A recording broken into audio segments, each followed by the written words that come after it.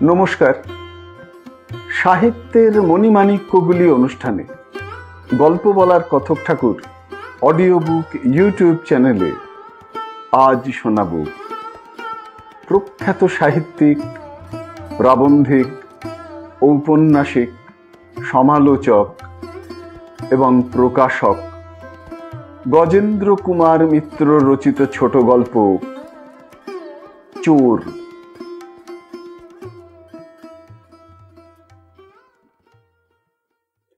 চোর চোর! অকস্মাৎ কোলাহলের একটা তপ্ত শলাকা যেন গলিটার শান্ত স্তব্ধতাকে বিদীর্ণ করে বেরিয়ে চলে গেল এ প্রান্ত থেকে ও প্রান্ত পর্যন্ত। আর্ত কোলাহল একটা, সমবেত অনেকগুলো লোকের দ্রুত পদশব্দ। তারপর চোখের পলক ফেলবার আগেই সেটা গলির অপর প্রান্তে বড় রাস্তার দিকে বেরিয়ে চলে গেল। চোর চোর! ধর ধর, এই পাকড়ো পাকড়ো, মশাই লেগ মারুন না। এমনি টুকরো টুকরো দু একটা কথা কোলাহলের অস্পষ্টতার মধ্যে থেকে অতি কষ্টে উদ্ধার করা গেল। দেখতে দেখতে দুপাশের দোকান থেকে সবাই বেরিয়ে পড়ল। জনতা যেন নিমেষে নিমেষে বহুগুণ হয়ে যাচ্ছে। আমরাও কৌতূহল দমন করতে না পেরে রাস্তায় নেমে পড়লুম। ব্যাপারটা কি? কি চুরি গেছে? কার চুরি গেছে? ওই তো, কোথায় পালাবে? এই সন্ধ্যে 7টার সময় 4টে রাস্তার মোড় থেকে পালানো কি এতই সহজ? ধরা পড়েছে।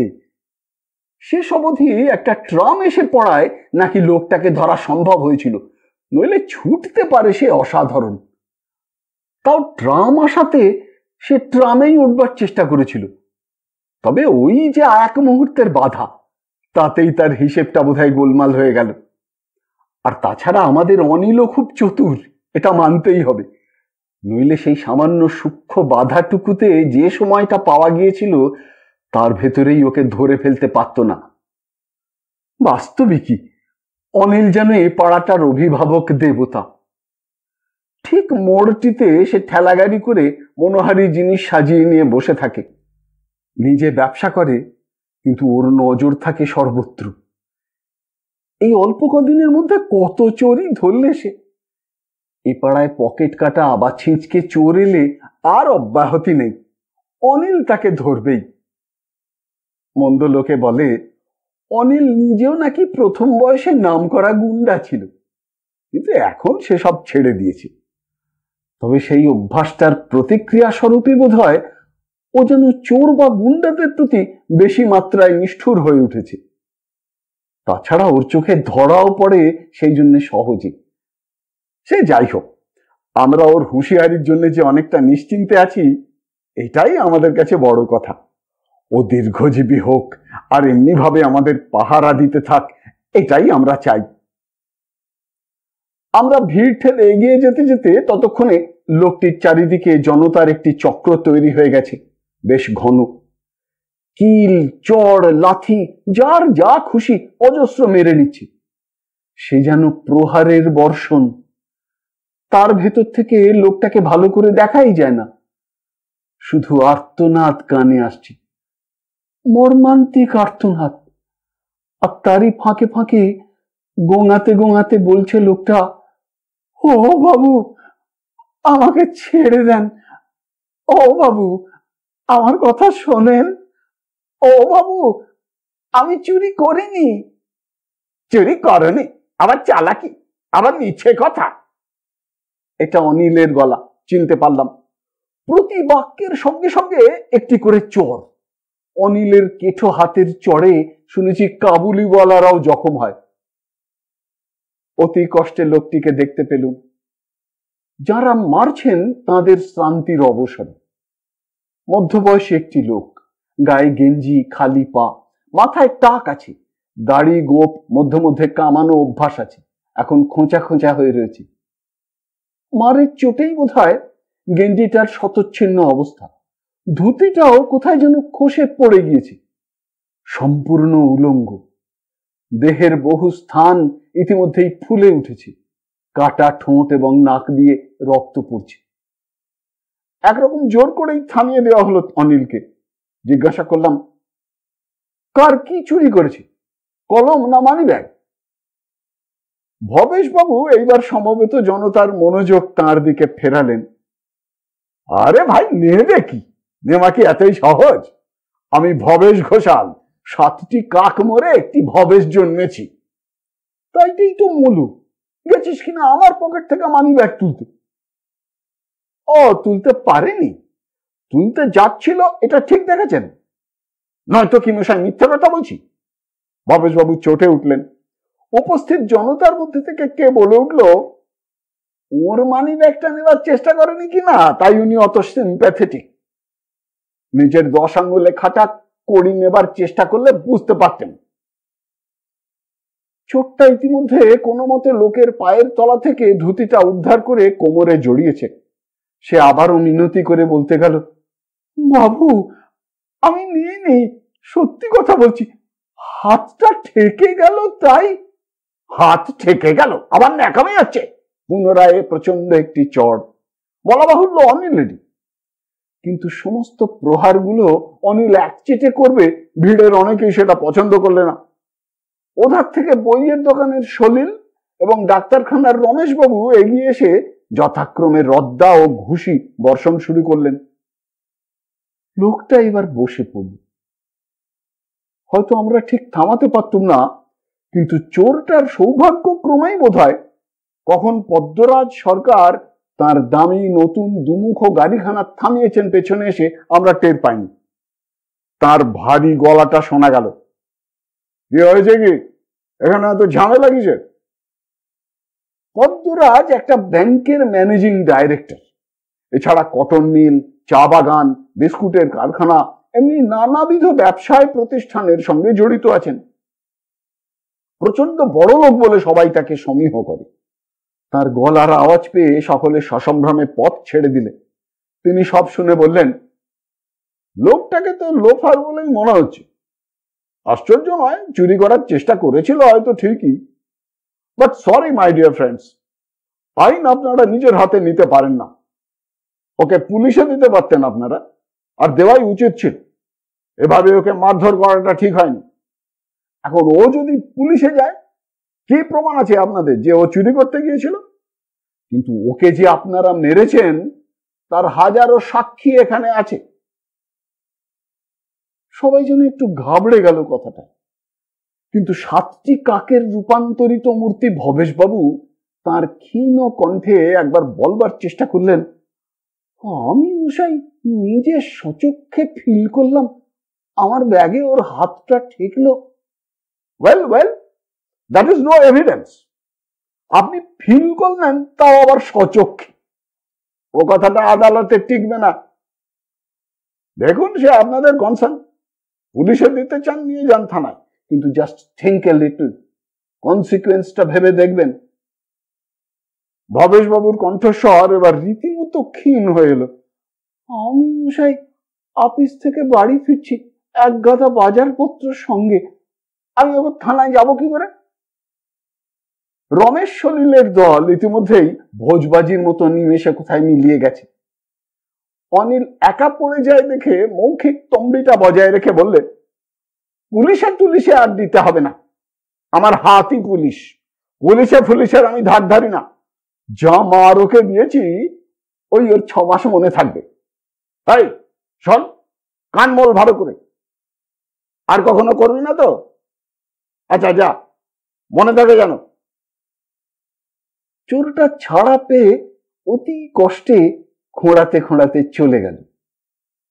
বোধহয় পায়েও লেগেছে খুব, হয়তো কেউ লাথি মেরেছে, জুতো শুদ্ধ, কিংবা লাঠি, কে জানে।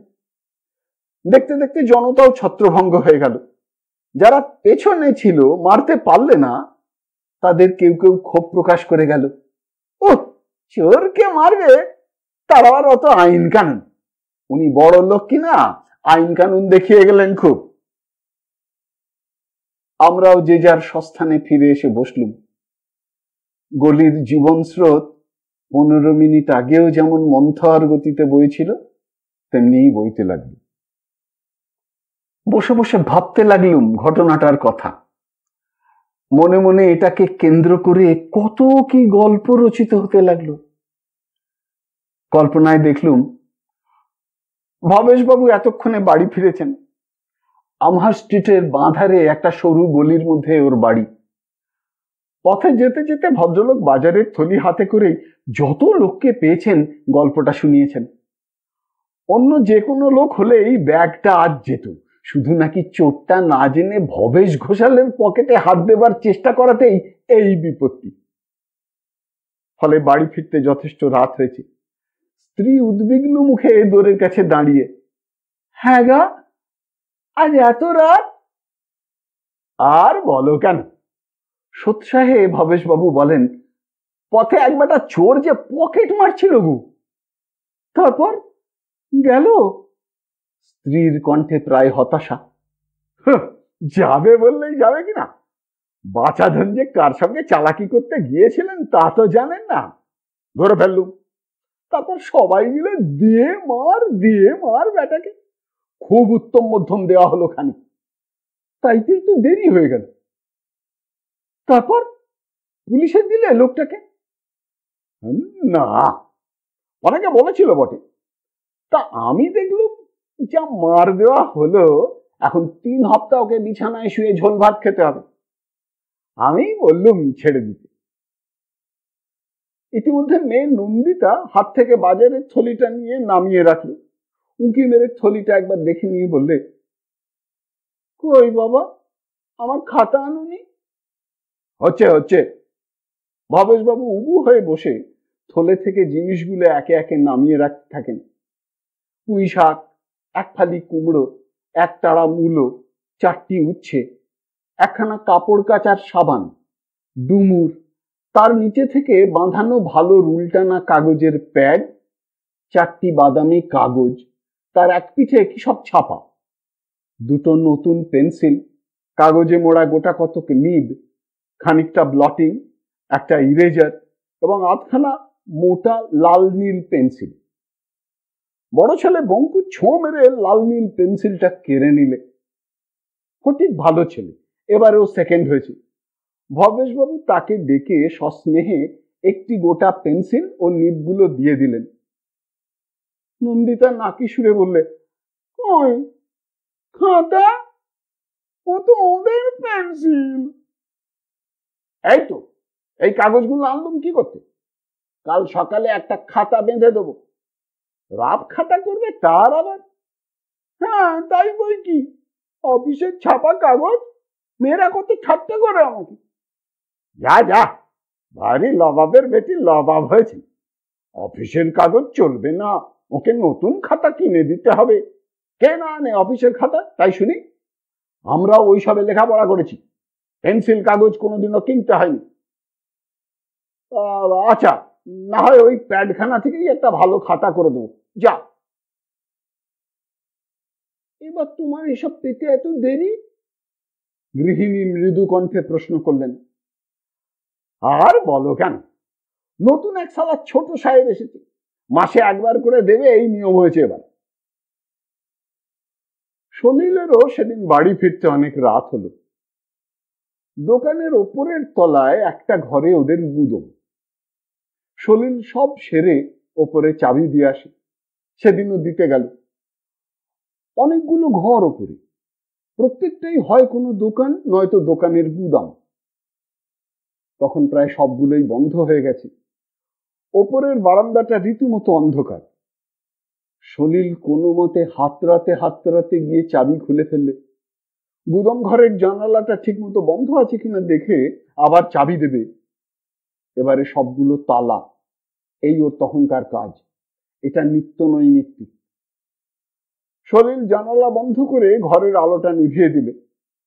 তারপর অভ্যস্ত দ্রুত হস্তে খান 2 বই বার করে এদিক ওদিক চেয়ে বারান্দার এক কোণে জড়ো করা জঞ্জালের মধ্যে বই দুটো লুকিয়ে রেখে দোর বন্ধ করে একে একে সেই 6-7টা তালা বন্ধ করলে। সেগুলোকে সশব্দে জোর করে টেনে টেনে দেখে নিশ্চিন্ত হয়ে নিচে নেমে গিয়ে দারোয়ানের হাতে চাবিটা দিলে।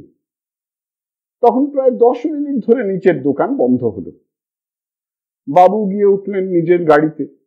বেয়ারা দারোয়ান এবং অন্যান্য বাবুরা যে যার নিজের নিজের বাসার পথ ধরলেন। সলিল ট্রাম রাস্তা ধরে কিছু দূর এগিয়ে গিয়ে হঠাৎ থমকে দাঁড়ালো। কি যেন মনে পড়ে গেল ওর, বোধহয় কি একটা ভুলেছে। সে আবার সমস্ত পথটা ফিরে এলো, তারপর এদিক ওদিক চেয়ে সে দোকানের বাড়িটার মধ্যে ঢুকে পড়ল।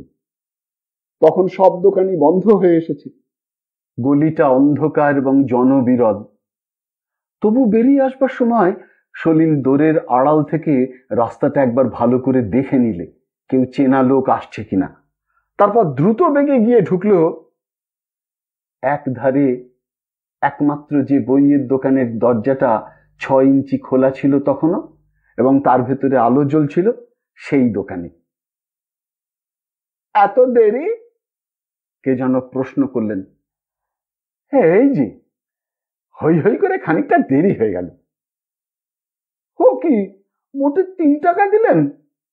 না হয় 30 টাকাই ধরুন কমিশন। হ্যাঁ, চোরাই মালে আবার কমিশন? আধা আধি ধরেছি, আমাদেরই কি রিস্ক কম? সলিল বিষণ্ণ মুখে বেরিয়ে এলো। ওর আরো টাকার দরকার ছিল।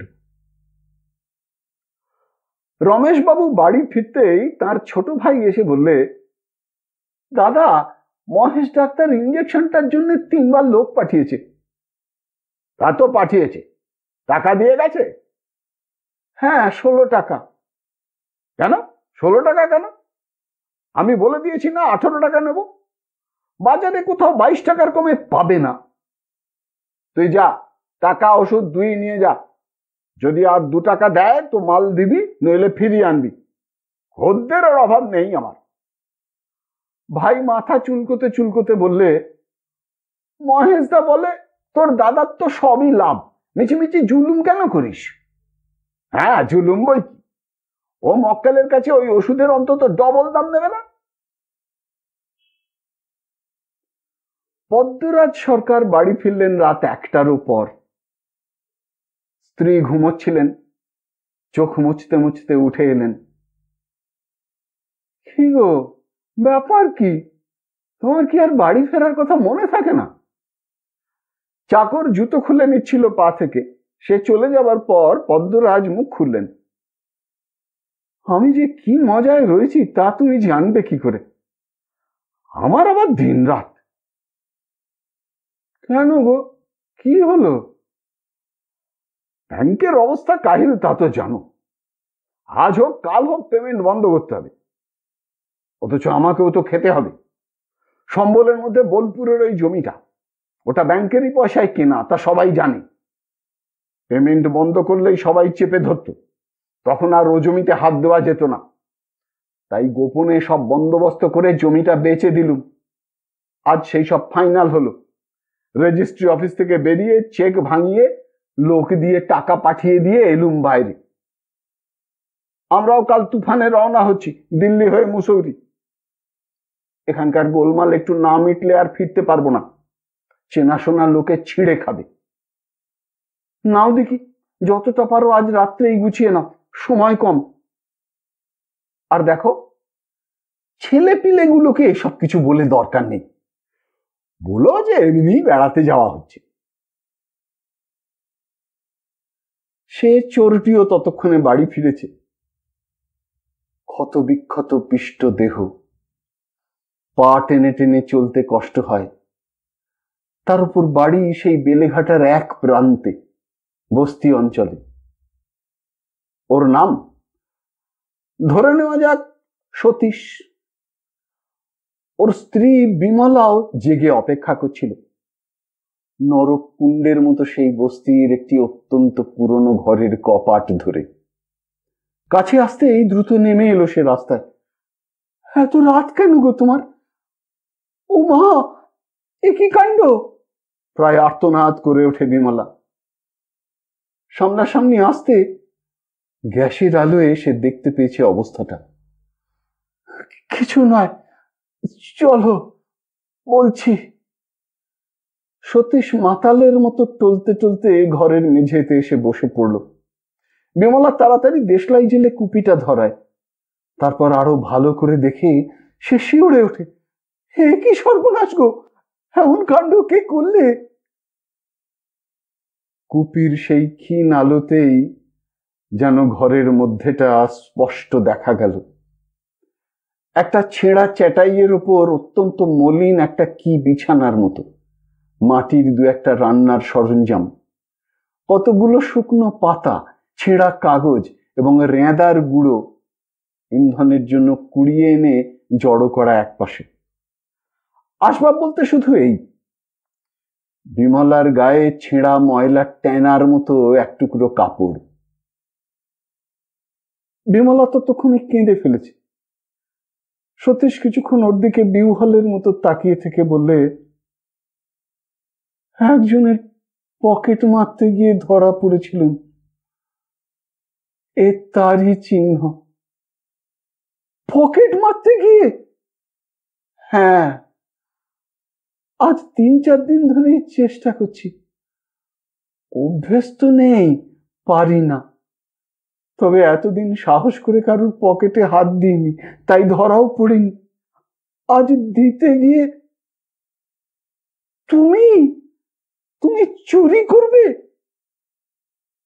চেষ্টা করব অন্তত, নইলে তুমি তো জানো চাকরির চেষ্টা তো কম করিনি। দুবার আনাজ ফিরি করতে গিয়ে সামান্য যা বাসন কোসন ছিল তাও বিক্রি করলুম। ভিক্ষার চেষ্টাও দেখেছি, কিন্তু ভিক্ষা কেউ দিতে চায় না। কদিন ভিক্ষা করে দেখলুম তো, 4 পয়সা 6 পয়সা সারাদিনে। 3 দিন তো প্রায় উপোস চলেছে। কি করব বলতে পারো? বিমলা সেই অত্যন্ত মলিন ট্যানাতেই চোখ মুছে বললে, তুমি এত গরিব যে চুরিও করতে পারবে না, তার দরকারও নেই। আমি এক জায়গায় কাজ পেয়ে গিয়েছি, ঝিয়ের কাজ। আমার খাওয়া পড়া ছাড়া 8 টাকা করে পাবো। রাত্রে ভাত নিয়ে বাড়ি চলে আসবো বলে কয়ে নিয়েছি। তুমি ঝিয়ের কাজ করবে বিমলা? বিমলা ম্লান হাসল। তুমি কোথায় নেমেছ আগে সেদিকে তাকিয়ে দেখো।